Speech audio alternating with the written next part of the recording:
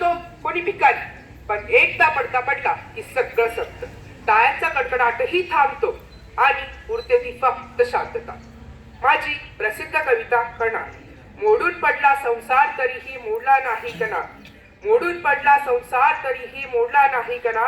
पाठ कधीही वाकली नाही चुकला नाही म्हणा. पाठ कधीही वाकली नाही चुकला नाही म्हणा. संकटांशी दोन हात करीत उभा राहिला. संकटांशी दोन हात करीत उभा राहिला. स्वाभिमानाचा दीप छातीशी पेटवून चालला. स्वाभिमानाचा दीप छातीशी पेटवून चालला.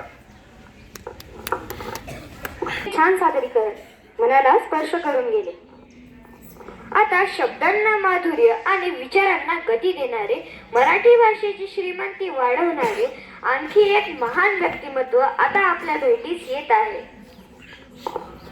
कृपया स्वागत करा इयत्ता 7वीतील निशांत महाजन या विद्यार्थ्याचे, जो आपल्या पु ल देशपांडे यांच्या भूमिकेतून आमचे चंपू काका हे एक पात्री नाटक सादर करून दाखवणार आहे.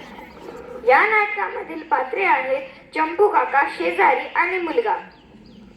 चंपू काका हातात वर्तमानपत्र घेऊन बसलेले आहेत.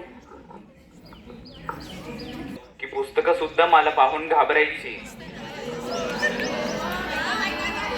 हो का? मग परीक्षा कशी झाली होती? परीक्षा? अरे मी पेपर लिहायला बसलोय, घड्याला सुद्धा घाम फुटायचा.